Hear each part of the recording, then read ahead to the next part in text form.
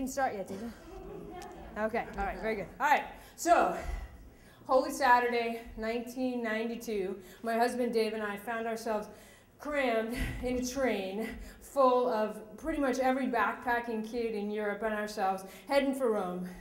Easter in Rome wasn't a completely original idea. It was tight, but we were surviving until we got closer to Rome, of course. And being packed in with backpackers is one thing, and the Italians started piling on. It got really pretty treacherous, and if it hadn't been that we had promised my friend Sue, who was traveling alone, that we would meet her in Rome, I would have abandoned the whole venture. But as it was, we persevered. We got to Rome, miraculously found both Sue and a place to sleep for the night.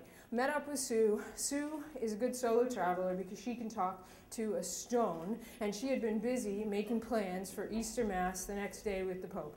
And she had planned, because she had talked to Father Michael at Stations of the Cross the night before, the fact that she was an agnostic had undoubtedly not come up in the conversation, because he gave her some advice. And he said all that we had to do was to go to Easter Mass, wait at the special tour group only entrance. As soon as the tour group goes by, ask them for tickets and you're in. Preposterously simple. There's no way that would actually work, except we were stupid and we were young and we thought it would work. So the next morning, there we are in front of the tour group entrance, 9 o'clock, 2 hours before Mass. First group that goes by is a bunch of Germans, go figure. They're early, and Dave speaks German. Dave goes right after him. He comes right back again. 3 tickets in his hand. We're in. We walk in behind our new German friends, we get in, we sit down. It's a spectacular day. The 2 hours pass very quickly. We're waiting for Mass to start. Right before Mass is about to start, I glance behind me and realize that I'm sitting down on the 50-yard line of the Mass, and there are literally tens of thousands of people jammed in every square inch of St. Peter's Square like this, waiting to see Mass, and I am sitting with the German tour group. The Mass was spectacular. Pope John Paul II is like a rock star. I mean, as soon as the papal procession started, it was like electricity through the crowd. Everybody that hadn't been standing is now standing. Everybody's cheering. There was a little Italian man 2 rows up from me, I'm sure in the only suit that he has ever owned, tears running down his face, handkerchief in hand, screaming, "Viva la Papa, viva la Papa, viva la Papa." It was like an inverse Tower of Babel. Everybody was singing.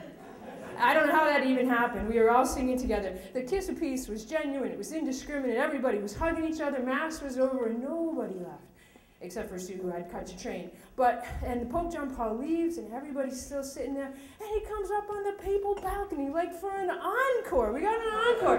And he gets up on there and he says, "Rejoice, Christ is risen," in every language he knows. And John Paul knows a lot of languages. This went on for like an hour. And when he said it in your language, it stood up again and screamed, and everybody was screaming. Oh my gosh, it was an incredible day. We finally got to leave Mass, and I'm like floating out of there on this cloud of such tremendous, unexpected, undeserved good fortune. Everything around us in Rome is beautiful. In fact, we're about a block away, and I noticed this idyllic Easter Roman scene. There was this tiny little Italian nun, full nun regalia, and I have just pointed her out to my husband. Isn't that adorable?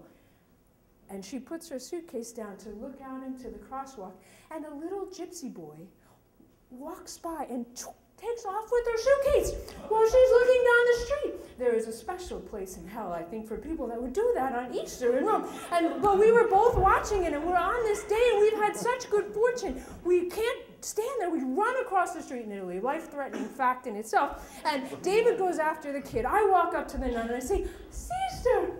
It doesn't help to say English words in Italian accent, but as I pointed to where she was, and she went, "Oh," we were perfectly understood. I yelled at David, "Go!" And he reaches and grabs the kid who's just in front of him now. I have to tell you, when David tells the story, he reaches up and he's wrestling, and he's 6'5" and 250, but as true as I remember it, he was a kid. He grabs him by the shoulder. And the kid throws the suitcase in one direction and runs off in the other. David recovers the suitcase. We go back to the nun. She kisses us warmly on each cheek, saying something that I'm sure was very nice in Italian that I didn't understand. And through some universal stroke of justice, we have earned our seats at Easter Mass, and by more than just keeping a promise to a friend.